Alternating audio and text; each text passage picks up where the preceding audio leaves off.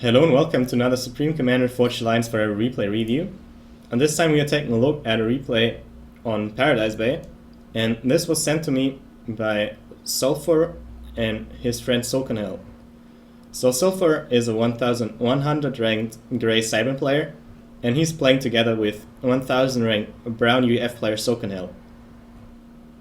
And they have sent me some questions. So Sulfur wants to know how to improve his naval gameplay, and Sockenheld would like to know what is the best way to be of use to his team on this map, since it doesn't seem very obvious being on the back slot. So is this air slot? Is this another naval slot? Well, we're going to find out, right? The other teammate is called Gruenkohlkoenig. He is a 900 ranked yellow cyber player. And here on the enemy team we have 1000 ranked blue cyber player Ferdn. And we have teal 1300 ranked cyber player Mastermandel. And there is what I just assume to be SknkMstrSte or SknkMstrSte. So Skank would be a slutty girl, meaning he's some sort of pimp, and SknkMstrSte would be like the maester of some smelly animal, which is a weird fetish to have.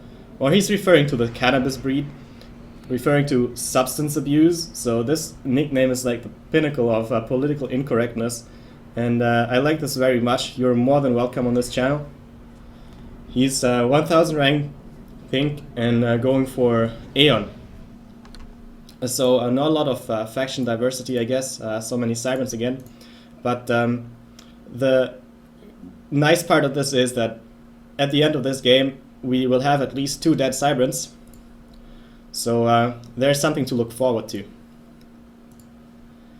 So on this map you have some reclaimables. You can see the rocks here, and you can see the rocks here, but that's basically it. All the rest is in the center, and that's not a ton of stuff, as you can tell, right? This is maybe around the like 1.5 T2 mixes maybe, so not a lot of stuff. But you have 7 mixes in the core, as you can see here, right? So oh, that's actually 8. So 8 mexes in the core and another 6 here. So anybody who gets the center is pretty much going to be on 2 bases, you could say. And that's why I came up with some sort of opening that Brown could have been using. So let's pause this game for just a bit and let me explain it. So you can see how Brown went for first air, and actually what he did was first air, 3 power generators, and then 2 mixes, power generator, 2 mixes. This is an opening you would possibly use for bomber first, and you would also make sure to like get mixes earlier because of the cost of the bomber, or like anything you build from this factory. What Sockenheld did here was different. So like he went engineer first and second scout, and the first engineer is heading to the center getting this reclaim. That's a little bit risky and relying on the enemy team not having any combat units to contest it. And actually there are some, so it will come down to the intel of the enemy and whether they will be used. And the second scout is not going to be good, because what are you supposed to see with the second scout? Well, you can see some standard openings, people building mass extractors, power generators and hydros, so nothing really interesting, right?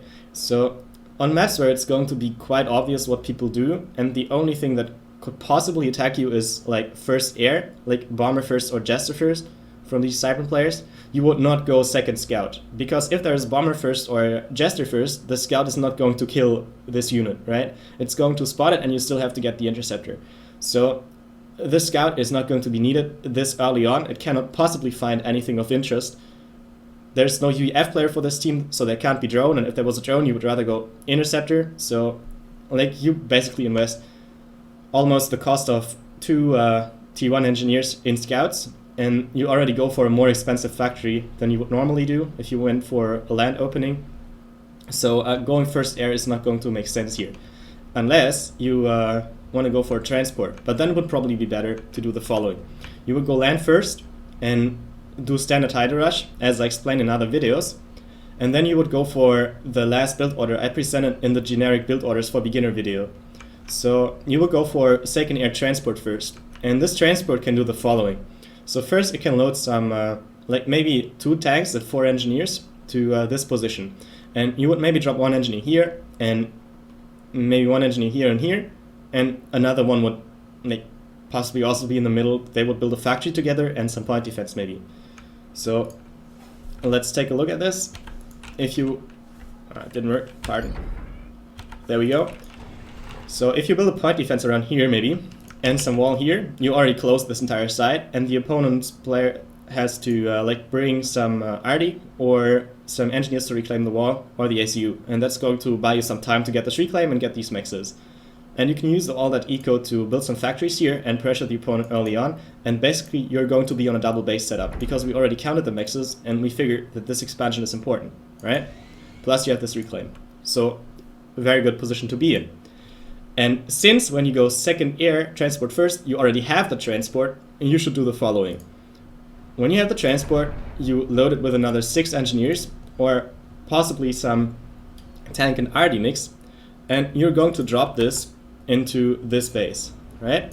Because if this player is going to contest you for the expansion, which you already grabbed with the second air transport first, then this ACU is not going to be here. It's going to be on the way up here, like it's now. And that's the way you can safely drop here. You can drop engineers to reclaim factory, build some PD, for example, or you could simply drop combat units and hit the upgrading max that is here, and power generators and engineers, right? And this would be an aggressive opening, because essentially you end up with 2 bases and you're already destroying one, or at least half of the stuff here. So basically a mix of taking a transport first and the Israel opening from the exotic build order video. This is something that could work out here. So that's one of the things you could do here, Sockenheld. What you cannot really do is go for a 2 scout opening and like 0 aggressive units, because if you already invest into first air, you want to make sure you build some bomber or some transport or whatever, right? And I think you also overbuild power with this setup, because like 4 power generators and a hydro for a single factory is just way too much. 5 power generators, right? So a little bit overkill. Even if you upgrade mixes, it's going to be wasted power. So right now we don't have anybody who's getting this expansion. I like this reclaim engineer. It's hopefully starting to reclaim soon and not just getting killed by the raid units. Do we have radar coverage on it? Yeah, we do. So it's just a matter of time until he moved this stuff up, and I hope he does. As for Sulfur, you can see how Sulfur is building naval factories from 2 engineers, and I think it would be better to sacrifice some travel time, and instead of having 2 engineers build like 1 naval factory each, you would build the same naval factory with both engineers, right? Because that's how it completes faster. It can start building naval units faster, and you can build up a time-based production lead quicker, and that's how you're stronger on the Navy side of things. And with 4 naval factories, well, it kind of depends on what you want to do, right? So you're ecoing a little bit, which is always good, but when you go for a Navy-heavy opening, you want to decide between going full T1 Navy and full T2 Navy. And 4 naval factories are kind of in between, and you're starting with a submarine. So let's pause this again and talk about the submarine. Well, you want to use a submarine if you are on a defensive setup for fast T2 Navy. And when you are on a defensive setup for fast T2 Navy and you want to counter incoming frigates with submarines, then you should have like the means to get T2 Navy soon. And if you build 4 T1 naval factories, then maybe this is not going to work out. So 4 T1 naval factories are expensive, and fast T2 and 4 T1 naval factories are mutually exclusive to some extent, right? So what would I do instead? Well, I would go for even more naval factories on T1 and build frigates instead of submarines, and only build submarines if the opponent is very submarine heavy. I would try to harass the enemy navy as much as I can, and I would ask Brown to go for T2 Navy. Or, based on the reclaim I'm getting from the offensive use of T1 units, T1 naval units, I would like drop some reclaiming engineers with the transport and get the wreckages, and then eco up more and get my fast T2 Navy nonetheless from the map control I'm getting, right? So one option, or like just build less factories overall and go for fast T2 Navy, which can also work out since this is not a high level game, so people will not use T1 Navy excessively to pressure you, and you can pretty much almost like T1 skip if you just have a few submarines, right? Because any frigates that are incoming, you can contest with these submarines, hit them early on, and they will arrive on low HP. You can kill them easily with a torp tower, and that's it. Okay? So, again, either heavier on the T2 Navy side of things or heavier on the T1 Navy side of things, but better not this, right? I like that you got the island sulfur. Apparently the opponent went for an engineer they sent to the island, and your ACU's here, so the ACU is obviously going to win. But you need to be a little careful, because you have two Siren players against you, and they can get nanite torpedo upgrade. And if your ACU's here and it gets attacked by a nanite torpedo and two ACUs, then you're most likely going to die, right? So that's a difficult situation to be in, and you should be careful, right? Apparently, Brown's engineer survived this entire time because SknkMstrSte didn't attack. That's just a mistake. And Gruenkohlkoenig as well as Sockenheld got all this reclaim in the center, so that should boost the eco quite a bit, and I'm hoping they make good use of it. So let's take a look at the setups. That's a heavy mass stall, probably overbuilding power, so should not be building more power now. And also going for, I think that's drone, which is basically just a very expensive flying engineer, and as long as you don't want to use it for some cheese, there's no reason to build drone. And that's also T2 upgrade. And I don't know why you're going for T2 ACU. You cannot really use your ACU defensively unless you drop it here maybe, or you go for an early comm drop. But since you don't have a lot of T1 air, it's probably not a good idea to do so. And that's why this T2 upgrade is probably better invested into a naval factory or a T2 air or T2 land factory rather than the T2 ACU. Because on the T2 ACU, this upgrade is just going to be dead, and it's going to cost stuff, but it's not going to do stuff, right? So we see the first push from Gray, and this is not going to work out. Quite obvious why. We have basically Gray building Navy, and Brown is, you could see how heavily he was mass stalling because of the ACU upgrade, overbuilding power, now building T2 power, and because of all the mix upgrades. So even though there are two naval factories, barely any eco goes into Navy. And that's why all he did so far was build a single submarine, and otherwise he didn't have any battlefield impact yet. That's why Gray is essentially fighting against two players, and he should not be using his Navy offensively, because he's going to lose, right? You can count the factories and tell that Gray has less, and even the supporting engineers, oh, they are not, they are supporting now, and he's going to, for T2 Navy. Well, that's probably going to be a mass stall. Let's check this out. Oh no, it's not. That's good. But as soon as this mix upgrade is started and supported, this is going to be a heavy mass stall. So this is going to be quite slow. There are some reclaimables, should be grabbing these, and should be grabbing some of the water, like this stuff maybe, or no, that's not worth it. But like, you get the idea. You're just spending way too much eco on too many things at once, and we are in the situation now where you kind of want to have T2 Navy, but you also want to have T1 Navy, and you also want to have eco, and in the end you don't have anything of these. And you're going for the nanite torpedo upgrade. That's always a good upgrade to build, and especially around this island, it can be relatively safe unless there is a ton of destroyers, because they can always retreat on the shore when torpedoes are hitting you, right? Or the enemy nanite SU. But you should have air control and a T2 transport to evacuate at any time. This is how you don't die in this situation. So I guess it is kind of risky to use it, always. But in the T1 Navy stage it's totally fine. So a good choice, I guess, right? These ships are just going to die very quickly. So ping goes down, torp comm, so enemy team knows. And they're probably going for some, yeah, I definitely have to check this out. So they're also going for torpedo upgrade. Maybe him too later, I don't know yet, right? So I just restarted the replay very quickly, because we don't want to miss out on the fight that's happening here. Let's see what happened. So there's some well-positioned Aurora, and the enemy radar is out of position. So you could see how SknkMstrSte focus fired it, and now yellow's kind of blind. So there's this scout left, but it's probably going to be killed by the ACU or one of the tanks. And there we go. Well, it's actually quite the overkill happening here. But now it's dead, and there's not a lot that Yellow's going to see now.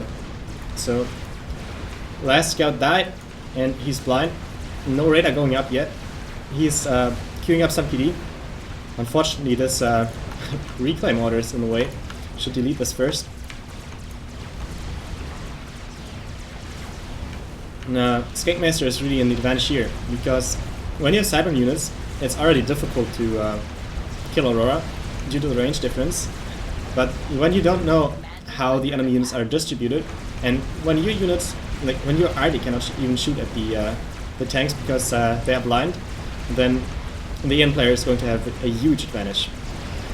I think SknkMstrSte overextended a little bit here, sending Aurora too far to the front, so losing some unnecessarily, but overall it's still a solid attack. And you can see that Gruenkohlkoenig is being pushed back. Radar is up again now, but there is a lack of units, so Pink is really winning here. I think he can just invade, kill all. Yeah, this is where it happens. Saw that?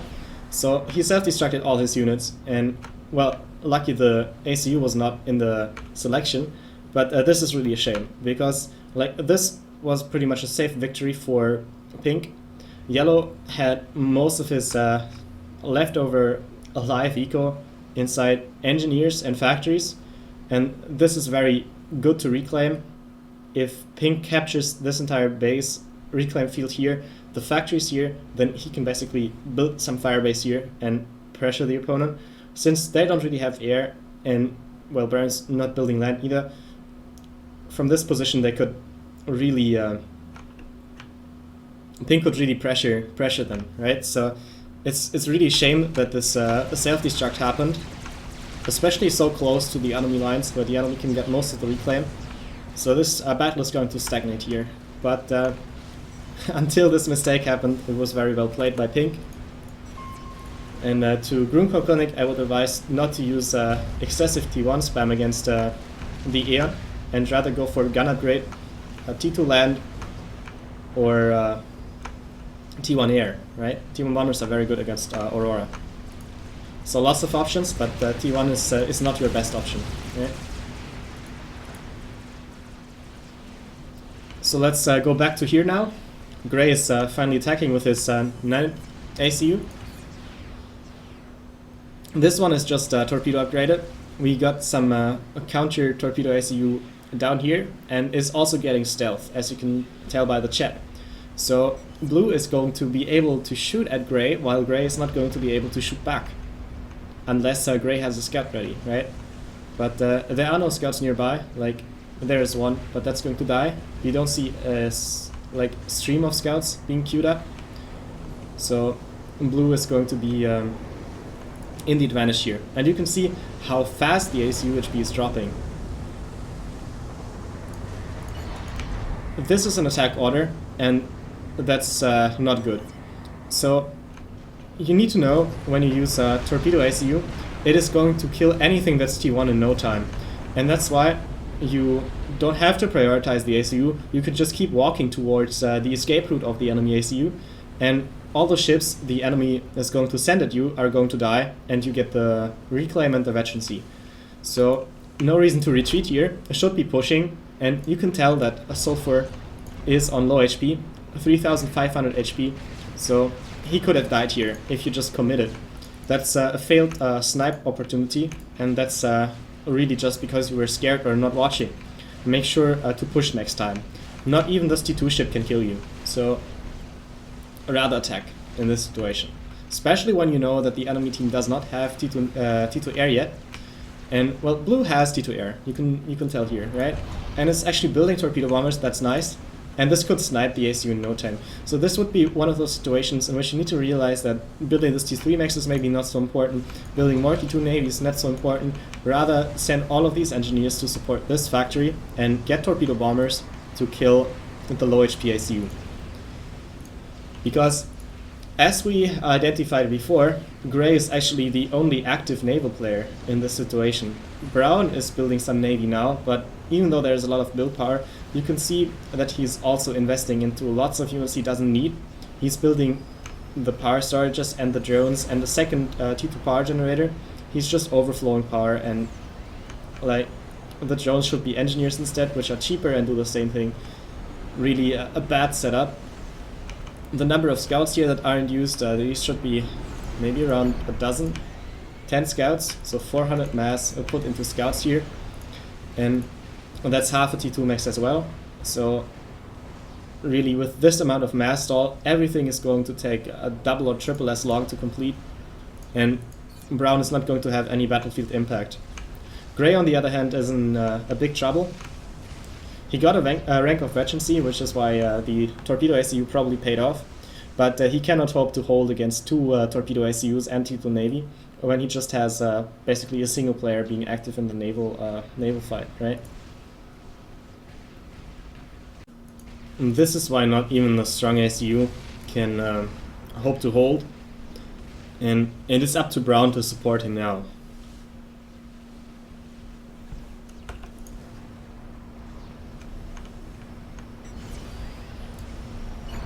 Let's take a look at the setup again. So Brown has T2 land and is upgrading to T3. Unfortunately not supported, so rather prioritize it and support it if you really want to go for it. And this has built some pillars to support Yellow's position. So a very very nice of you, I guess, but I'm not sure if it's needed, because Pink is on a T1 unit setup and he upgraded T2 on his ACU. He's ready to retreat and get some point defense apparently, right?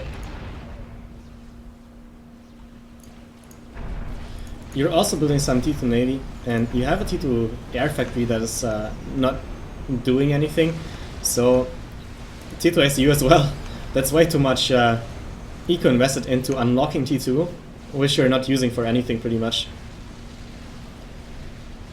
The cruisers are a bad call in this situation because they don't have any battlefield impact against like T2 direct fire navy. VF cruisers are like anti-air missile ships. They can bombard bases after you already got air control and after you already got naval control.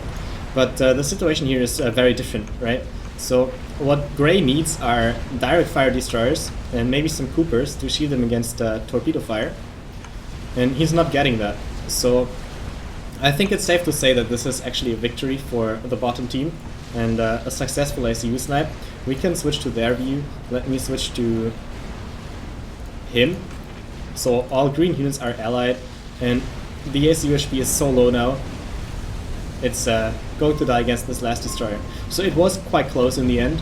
Maybe some torpedo bombers could have been a safer way of sniping, but it worked out in the end. And I'm not surprised, because it was basically a 1 versus 2 for the entire game.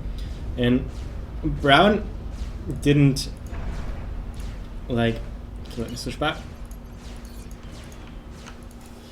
Brown didn't have bad intentions. He supported Yellow as well as Gray, but prioritizing like something yourself would have been better, rather than dividing your eco evenly cross-supporting both. Because this way you have quite bad eco actually, and you also built these units you didn't need, which slowed you down. Your setup is too broad and not focused enough, pretty much, and that's why you're going to lose now. So we can switch back to the global view, and it's just a matter of time till the bottom team has enough destroyers that can walk on the land here and kill both bases, and you can actually hope to shield against it. Like, even if you build shields now, you can only buy time with that. And, pardon?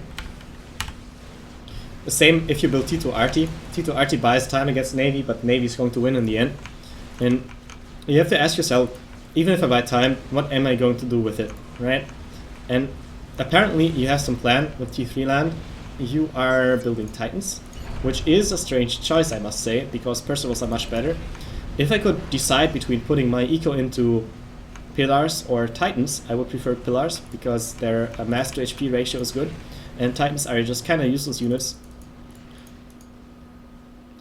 But with T3 online, I'd rather get Percivals, I guess, right? So that's unfortunately a big mess up, Blue is getting T3 Navy. Maybe he's going for a nuke sub or a battleship. Looks like a battleship. It's not needed in this situation. Rather build more destroyers, because the destroyers can actually walk on the land and destroy the space. The battleship range is going to be restricted because of this hill, right? This extremely ugly hill, I might add. And you're not going to be able to use the battleship to the same extent you would be able to use destroyers. So even though destroyers are low attack, just put your eco into destroyers. You can also at this point reclaim all the T1 and T2 naval factories you don't need, and put them back into your eco to get some air snipe, right? Corsairs could be pretty nice here, I guess. There is 72 flak online, but Corsairs have high alpha damage, and even if they die after the first pass, they still deliver the damage reliably. Dodging them is quite hopeless, so this would be a good option, right? Looks like Brown is going for some T2 transports. Maybe he intends to drop his Titan somewhere. And Yellow, meanwhile, is just kind of power stalling. No, not necessarily. No, he's not. He's not. He's mass stalling. Mass upgrade just finished, but well, he only has T2 units. Factory going T3, but that's going to be too late. And the Navy can probably kill most of the stuff over here before the T3 is online doing anything. So the lack of air really hurt the top team. Like, there was an air factory, but because of the broad rather than focused setup, Brown could not use it for anything. And now air can pretty much kill them together with the Navy, and there is no hope of recovery. So the Titans were dropped around here, and some of them actually walked, so maybe these transports weren't needed after all. And now they are attacking SknkMstrSte. Let's take a look at this from his perspective. And of course the ACU would prioritize. Oh wait, that's actually interesting. You can see how he unequipped his long-range gun and went for T2 instead. You can tell by the bottom left corner. I wouldn't have done so, because he has some T2 engineers here, which he can easily like move up and build his T2 defenses, maybe some TML even. And his SU can keep the long-range gun and maybe get shield upgrade to kill everything that's pushing at him now. Right? So I would be surprised if he dies, because the Titans are just a source of efficiency. But I guess the T2 units are actually the units that deal the damage. And it is going to be close.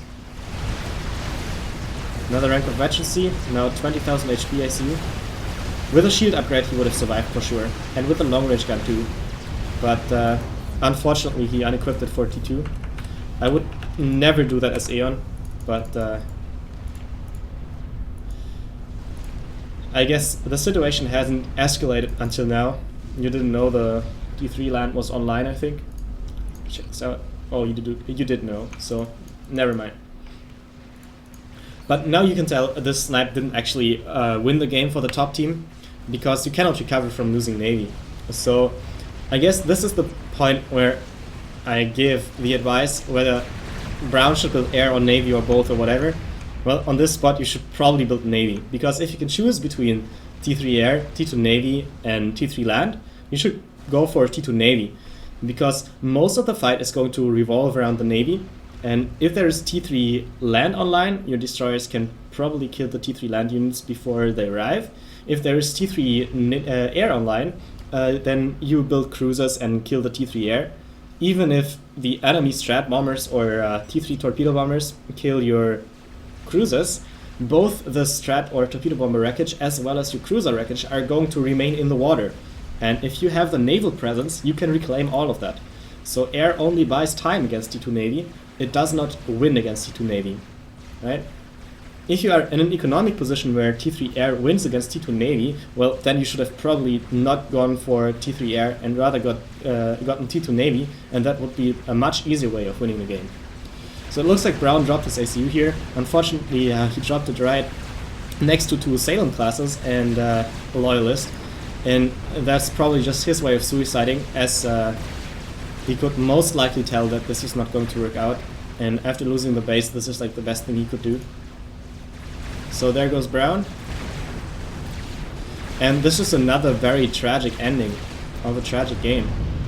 So I'm sorry guys, but replay review games, often and in a tragic way, but usually people want me to tell what to do better next time, and this is why they usually did bad in some way. So I can briefly summarize the advice again. Brown, if you play on a Navy map, build Navy.